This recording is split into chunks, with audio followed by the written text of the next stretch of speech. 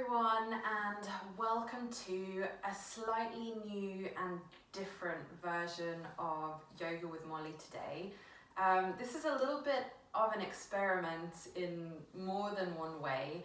For any of those of you who know me and have followed me for a while, you will notice I am in a new space today. I moved house in the past couple of weeks. I'm also recovering from a cold at the moment if I sound a little bit raspy. So this is actually my very first time doing a self-practice or teaching in the new home. And I thought I would just invite you into the space with me because I think so much of yoga is about the space that we're in, right? Another debate for another day maybe. I'll probably talk about it on the podcast this week, but straight away, things that I'm trying to get right and that I'm experimenting with now today is how much space I have. You know, in the space that we were practicing in before, I kind of had a good sense for, you know, making sure that you guys could see everything that was going on, how much space I had either side of the mat, how high I could stretch up so that you could still see all of the movements in my wrists and my ankles as I was practicing. So I'm kind of testing out to see what the range looks like. But the other thing is actually the carpet here is much thicker than at the old apartment that I was practicing in. So straight away I know, or I can notice that the mat has a slightly different foundation underneath it, and that obviously for me in my own practice here is going to impact the wrists and the ankles and how likely it is that I'm going to slip and slide around. So yeah, I just thought I'd invite you into the practice. My intention for today is to ground into this new space and explore the space around me a little bit. So you're very welcome to practice with me today, and also, you know, come back to this video if you also find yourself in a new space, a new home, a new room that you've moved kind of your regular home practice to. And just want to take it a little bit slower and feel into kind of a grounding space for that. Okay, that is my preamble. As I said, I am recovering from a bit of a cold this week. So for that reason, as well as a few others, we're taking it really slow, really gentle. When you're ready, come to find a comfortable seated position. The only prop I have with me for today is a single cushion for now, but as always, you know, bring any home props that you do or don't work with typically within your own home. So I'm going to come to find a cross-legged position, and to do that I'm just going to bring the cushion underneath me.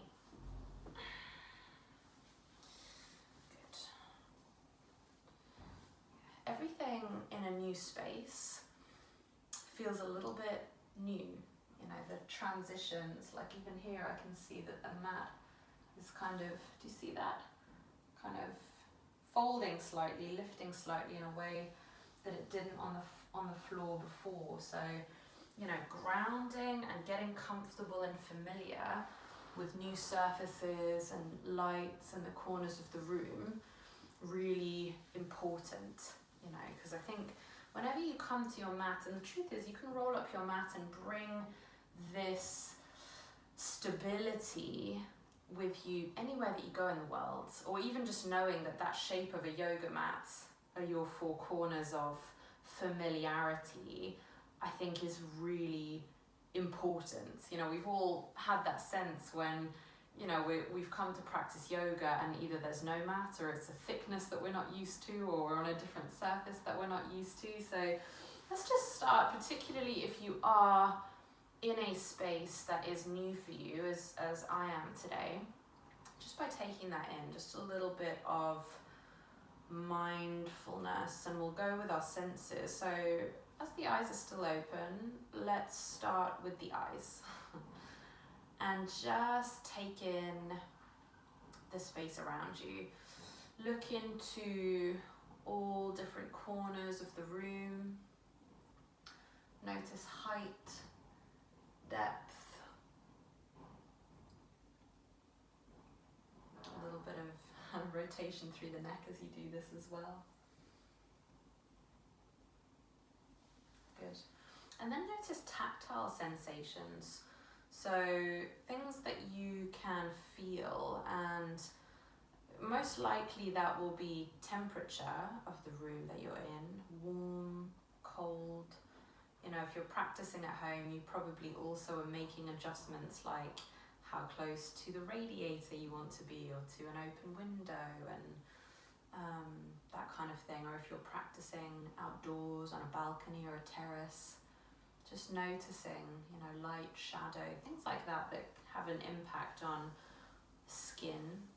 And then maybe also kind of start to feel into the ground underneath you. So here in particular, I'm interested in exploring the carpet and both how it feels to kind of pad my hands directly in. I might even come forwards and just kind of wedge my hands into it, and maybe then also explore the same on the mat. Gripping, pulling, just kind of experimenting and building that same familiarity and certainty, you know. Coming back through center. Hands come to rest gently either on the thighs or the shins, or within the lap. And then either bring a soft gaze or close the eyes down. And just start to reconnect with the breath here for a moment.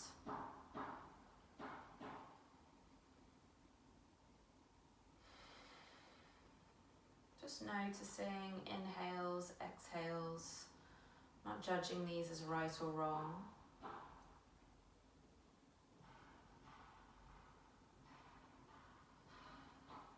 Good. And then bring your awareness to the sounds around you.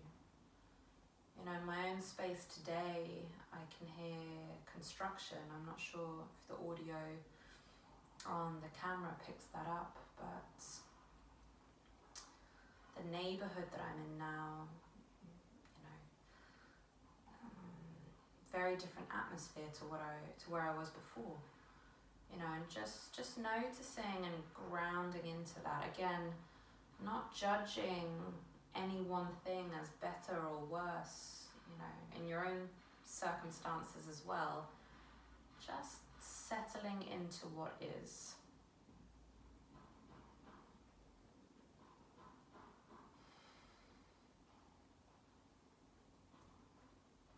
Good. On your next inhale, fluttering the eyelashes open. And removing any props that you may have underneath you. I'm just gonna move my pillow to one side and come over onto all fours. Again, we'll just start here by kind of warming up into the wrists. So maybe coming up onto the fingertips, patting the hands back down, taking a few rounds of this, perhaps rotating the wrists. And maybe, and again, you may not come all the way around, just kind of bringing them to the side, perfectly okay as well. Maybe taking some gentle circles over the wrists. Ooh, I can feel that so much after a week of being poorly. The difference is quite incredible. Good. And then coming back to all fours, hands facing forwards, and we'll just take some gentle rocks back into almost like a child's pose.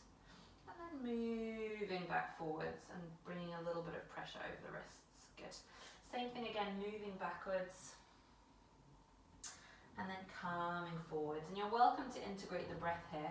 We're going to bring a little bit of spinal movement into this as well. I'm actually just going to move my knees slightly further back as I warm up. So on your way back, we're going to inhale, arch your back and spine ever so slightly, very gently inhaling, and then curling forward, exhaling on the way forwards. A couple more of these, inhaling on your way back, and exhaling one more. Inhaling to arch and move back. And exhaling to come forwards. Good. From here, tucking the toes, and we're just gonna bounce back for a moment and bring a little bit of warmth through the toes. I kind of like to take this from side to side to stretch, not just through the big toes, but also kind of through your outer feet and little toes. So just bouncing here for a moment. You're welcome, by the way, if you do a lot of toga, to come all the way up, maybe even swim with the arms a little bit. Otherwise, if you're down here with me, that's perfectly lovely as well. Wonderful. And then from here, we're going to take that same action as we did before, curling forwards. I'm actually going to bring my hands slightly further forwards, curling forwards, and then option to lower the hips if it feels good on the back. Good, into this kind of seal-like pose. Good. Maybe moving the hips from side to side, gazing over the shoulder, and then moving back into that active child's pose. Good. Coming forwards again, we're going to take a couple more of these, lowering the hips. Inhaling here, and then exhaling to come back. Good. Take the hands slightly further forwards. We're just going to bring this into a puppy pose for a moment. Good. Perhaps you rest the forehead down onto the mat. Perhaps even making the hands slightly more active, so kind of these spider web type hands. Palms can also be on the floor. Take the right hand and bring it in line with the face, and we just use that to twist open to the side. So my left arm is extended as it is in puppy pose. My right hand is just encouraging a little bit of lift and twist through the thoracic spine. Good. Take it the other side. So I'm replacing the right hand, bringing the left hand back and twisting open through the left this time. Lovely. Hands come back into a tabletop position, maybe slightly further forwards, and we'll just take one more round of that kind of active bouncing through the toes, and then curling forwards and landing in our seal pose. I untuck my toes for this, feels more comfortable for me. Pushing back up through a tabletop. And then this time, as we rebound forwards, we're just going to, with almost chaturanga push-up arms, come all the way down to the belly. Good. Find a position that's comfortable for you, maybe wiggling from side to side a little bit. And then hands come to form a pillow under the forehead while we just breathe here for a moment.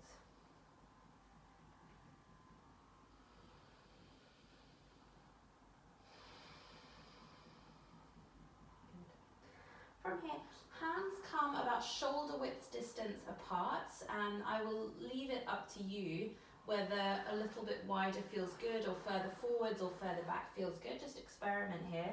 We're just going to take a couple of baby cobras. So on your inhale, rising up, and on your exhale, folding down. Good. Take one more of these, pushing up.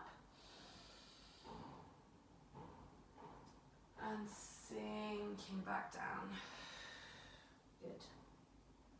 You can take one more of these, or option to take a hold of the feet and then come into your bow pose. Lovely stretch through the shoulders here and into the thighs.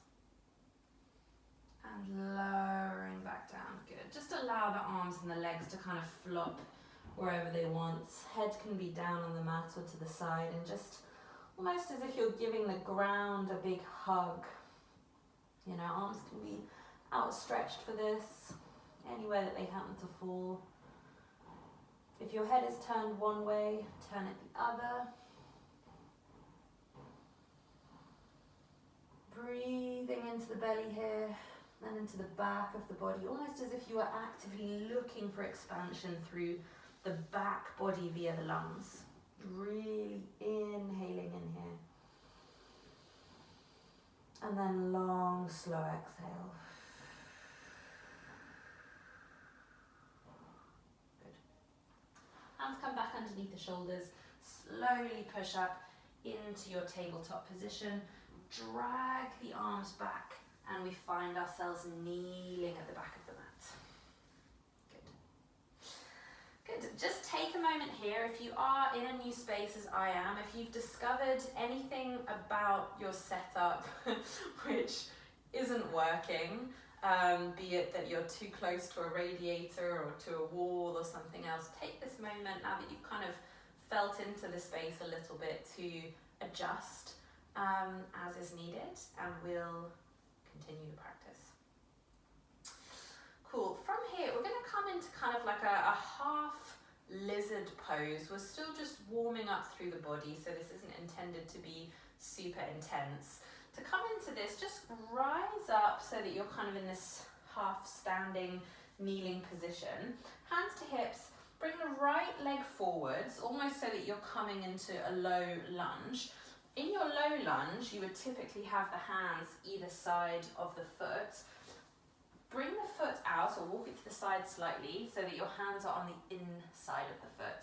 And just take a couple of circles into the hip from here. Moving forwards around, almost as if you were kind of trying to stir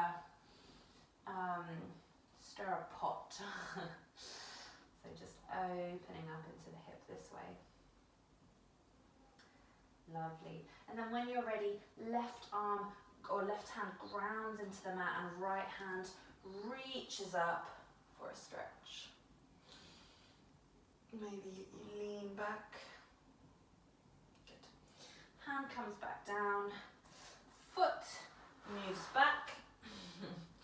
Hands follow. Good.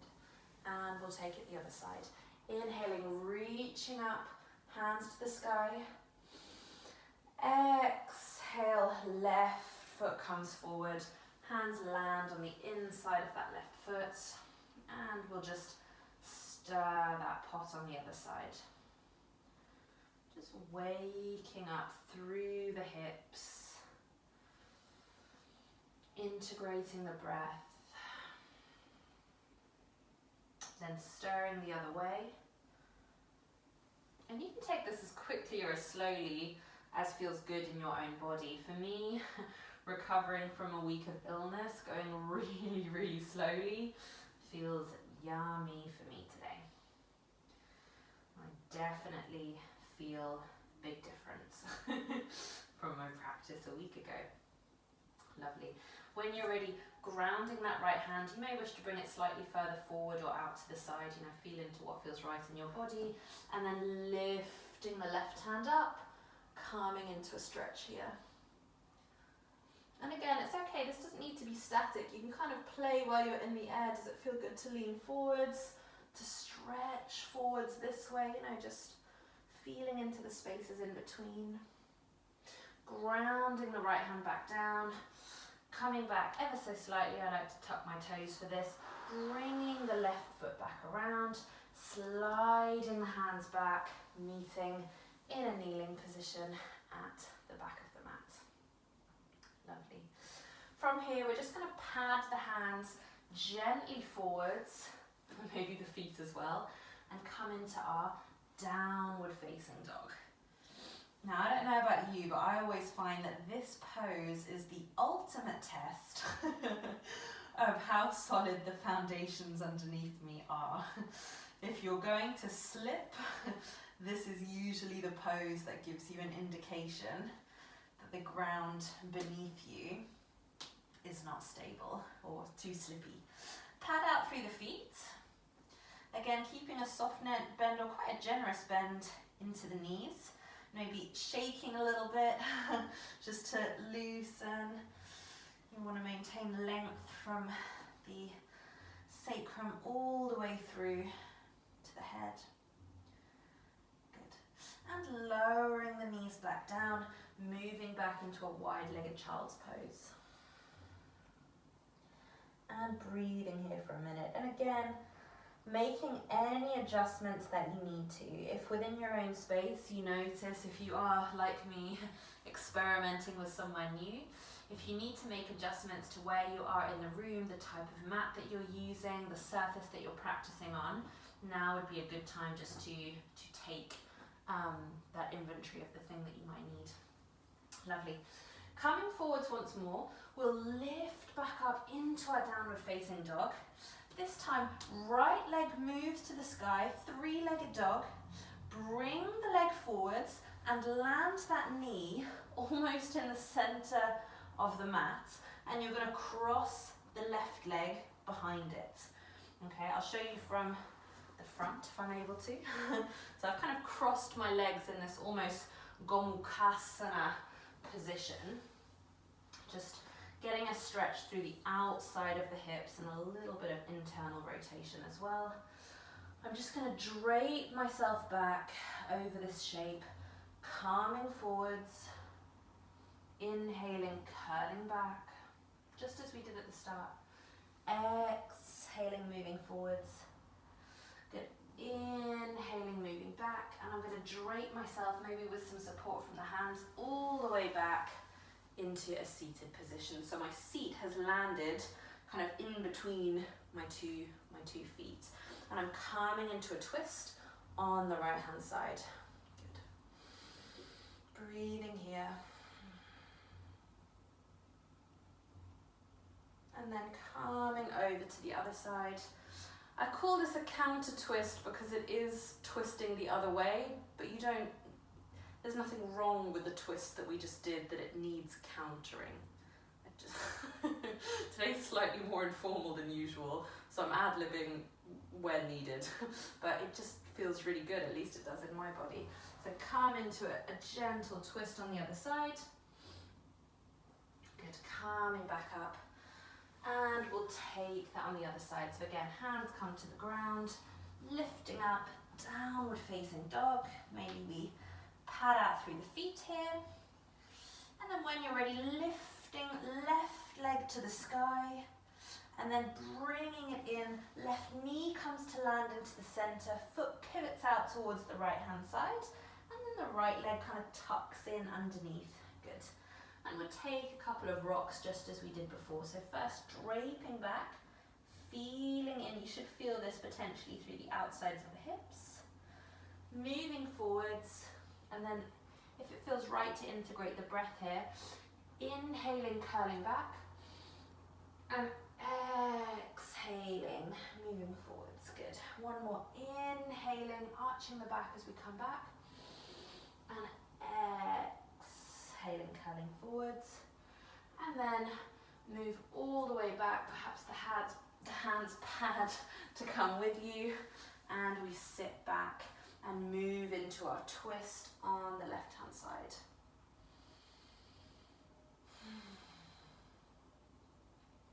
And finding the twist on the other side.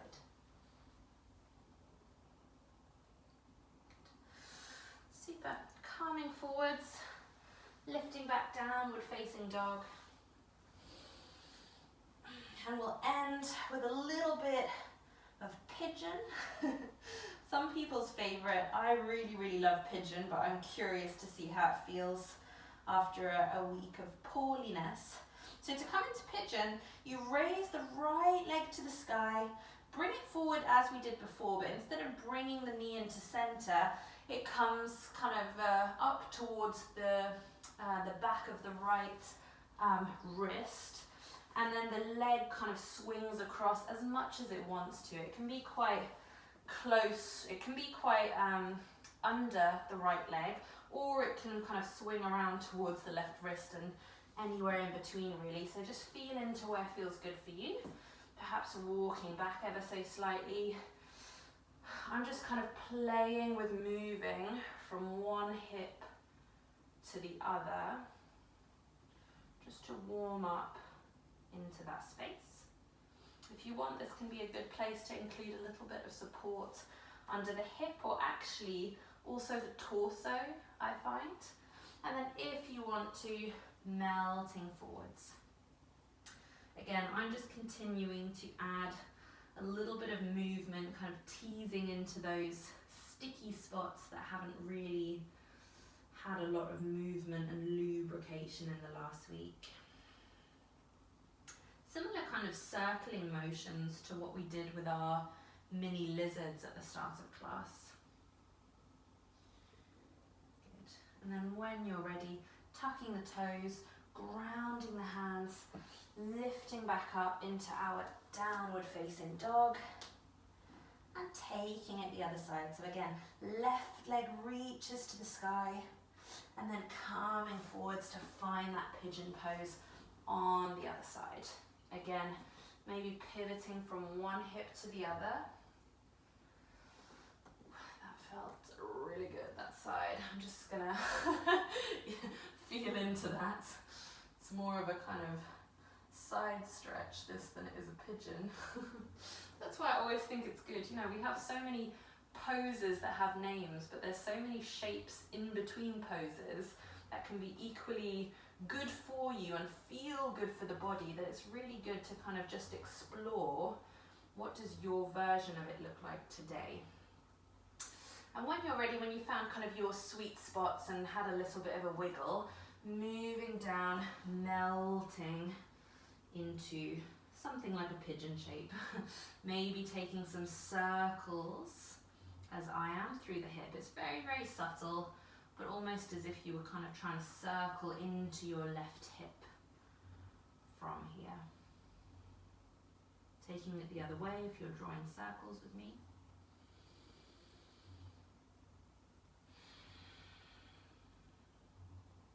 Good. Grounding the hands once more, lifting up into our final downward facing dog of the practice today. Lowering the knees, draping the hands back into a kneeling position. And we're just going to swing the legs around so that we come to sit. Good. Shimmy yourself forwards so that you come into a lying down position on your mat. And just bring both knees into the chest, hug them in, and just gently take a sway from side to side here.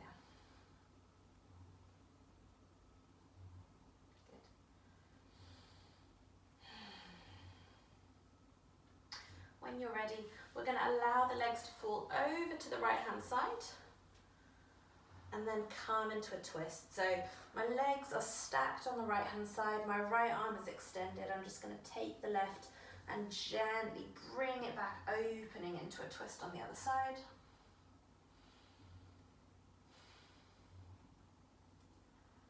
I'm also really feeling that. It's incredible, isn't it, when we've not been well, or when we're actively, fighting a cold, how much these softer movements, really feel them in the body, so much richness there, for me at least today. Knees come back into center, we'll take it on the other side. So just allowing them again to fall softly over to the left hand side, left arm is extended, and using the right arm to twist back and open. And just breathing here.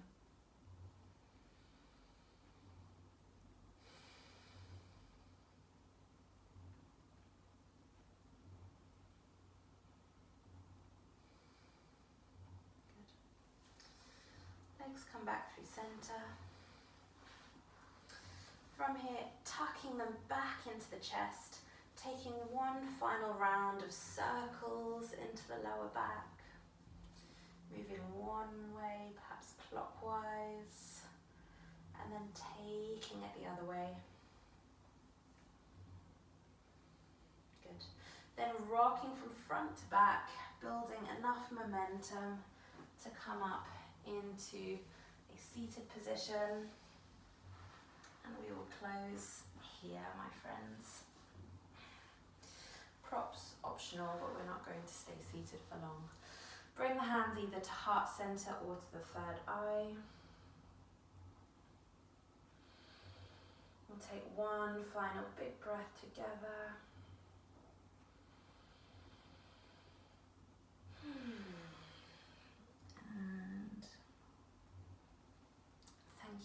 much for coming to practice with me today. I definitely feel more grounded into the space. I was really nervous with the way that the mat is kind of fluffing a little bit more, that I would be slipping and sliding all over the place, particularly as I came into downward dog or any pose where you're moving the legs from front to back. So anything, you know, like this, or you know, that kind of thing where you're potentially moving a lot of stuff. I was concerned actually there'd be lots of slipping and sliding, but there isn't. Even if there is this kind of more gentle fluffing, it's just not sticking to the ground as much, but it's not slipping. So I feel really good. I feel really confident to come back and teach classes exactly as I would in the old space without modification. The only thing I need to do a little bit of practice on in my own time is inversions. Things like if you're practicing handstands or pincher, or you know, where subtle changes like this fluffing right now is not causing me any major grievance in a gentle practice. But if you're practicing something more advanced, subtle changes like that can have greater impact. So that's one for me to explore when I've regained a little bit more of my health and strength. But for today, this was fabulous. So thank you so much for joining me. Welcome to this new space. I may still experiment with different spots inside of the new apartment, and if I do, I'll share them with you here first. But for now, just thank you so much for joining me and grounding into this space, and I can't wait to meet you on the mat next time.